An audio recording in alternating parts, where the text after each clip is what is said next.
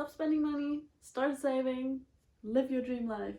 What's up? Welcome to another video where we talk about personal finance and saving tips and money and things like that to be able to save money and then create our dream life. That's literally the whole point of this. And if you have never saved $10,000, or if you don't even know how to save 10% of your income, maybe this video is gonna help you a little bit.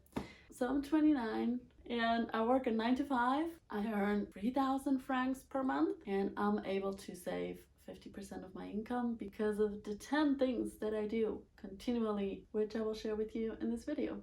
Enjoy. Number one is I have a savings goal of $10,000. Maybe you want to save more or less, but it's really important to have a goal, and I'm super hyper focused on this goal, and that's the whole motivator for me to be able to save 50% of my income. Number two is I have a budget and and I know my fixed costs, and therefore if my income is the same every month and my fixed cost is the same every month, it's easier for me to increase my savings rate because I know what's coming in, I know what's going out, and then whatever's flexible, I can adjust to my goal. Number three is I decreased my rent. So I'm renting this apartment. There's doors everywhere. I have 2 rooms and I got a roomie which pays half the rent. I have a little less space and I need to share my space. But for me, saving the money is more important for me than living by myself and just accumulating more stuff to fill the space. I have a small space, but I made it really cute and pretty and everything, and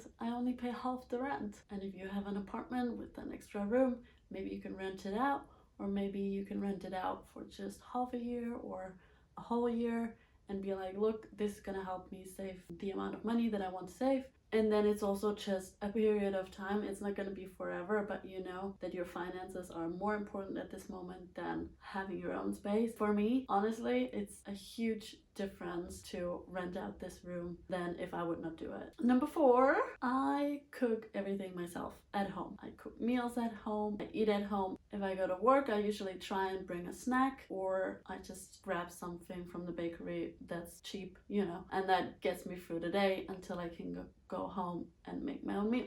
And I think food and drinks are one of the biggest expenses, and if you get used to cooking at home or making food yourself at home, that's a huge thing that helps you save more money. And number 5, which I basically already said, so I cook at home, but I also make coffee at home. I don't buy coffee to go, I don't buy canned drinks, or you know, if I'm thirsty on the way, I'm like, oh, I want this drink. That's just a habit that you're used to, and it's really not necessary. You can just have a water bottle and fill it up at home and then go out, and you don't need to buy any drinks. I think that really adds up. So for me, I have this cute water bottle that has flowers on it and it's really cute. Sometimes I put tea in it and sometimes it's just water, and that really helps me to not buy any drinks on the go. Number 6 is in the same buckets. You can buy food really cheap, and one of the ways to do that is using Too Good To Go. I live in a city and I have lots of places around me and supermarkets that use this app. You can save food, it's good for the environment, and it's super cheap, and then you have a bunch of food for very little money and you just see what you can cook with it. Number 7 is I check my bank account every day. So I'm not trying to avoid looking at my bank account. Sometimes I do because I'm like, oh, I spent too much money on this. But usually it's just I want to know what I have. I know what I want to have left. And whenever I spend money, I double check my account and see how much I have left. Number 8 is I calculate costs before every event. So between Christmas and New Year's, I drove to another city to watch a concert, and it was really nice. But I calculated the entire cost of this. So the transportation, the having mulled wine before the concert, whatever it is, I calculated the cost, and then I know how much this entire event is going to cost me. And I do this with everything. Even if I just like go out with a friend or I drive to see my family or whatever, I check how much this is going to cost me, and then I do the math beforehand before I actually go to the event or whatever it is that I want to do. Same with I'm going on a hike on Sunday, so I check the transportation costs, and then I'm just gonna take food and drinks to go. Super easy, helps me save lots of money. Number 9 is I don't ever impulse buy. This is just another habit that you can let go of this year.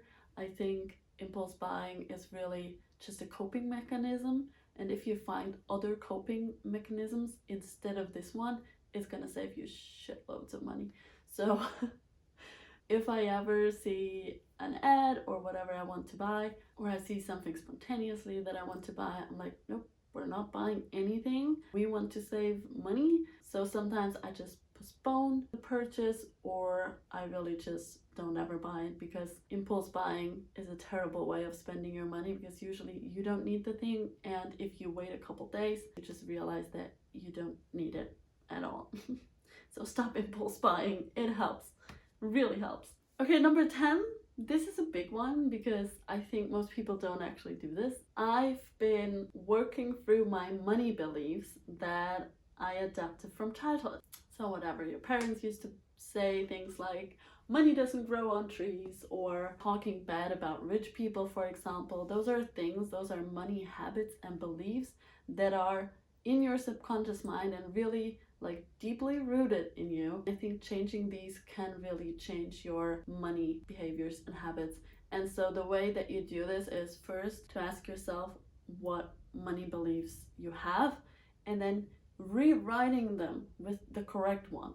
So if you just expose the ones and you're like, oh, this is not true, that's probably not gonna help much. You want to rewrite them in a positive way that helps you achieve your goals. So one thing for me was rich people are not happy, until I realized, well, most of them are, first off. And secondly, if you don't have money, you're not happy either. So rich and poor people both are not happy, and some of rich people are happy and some of poor people are happy. You cannot say that rich people are not happy, because it's just not true. And that's one thing that really helped me. And for me, if you have money, you're better off than having not money. It's simple as that. And so rewriting your belief system about money, I think, really helps you to get another view on the topic, and then being able to reach your financial goals. And so basically what I did was rewriting my mindset from a scarcity mindset to an abundance mindset. There is enough out there. There is enough money out there. And I think really anyone can do it who really wants it. And I really want it. And you probably too, otherwise you wouldn't be still watching. Anyways, these are the 10 things that helped me save 50% of my income. So in about 2 months, I have saved $10,000, which I have never done before. And this journey is really exciting. And thank you for coming on the journey with me. And I'll probably be seeing you in the next video. Have a good day. Stop spending money. Start saving. Live your dream life. Da, da, da, da, da.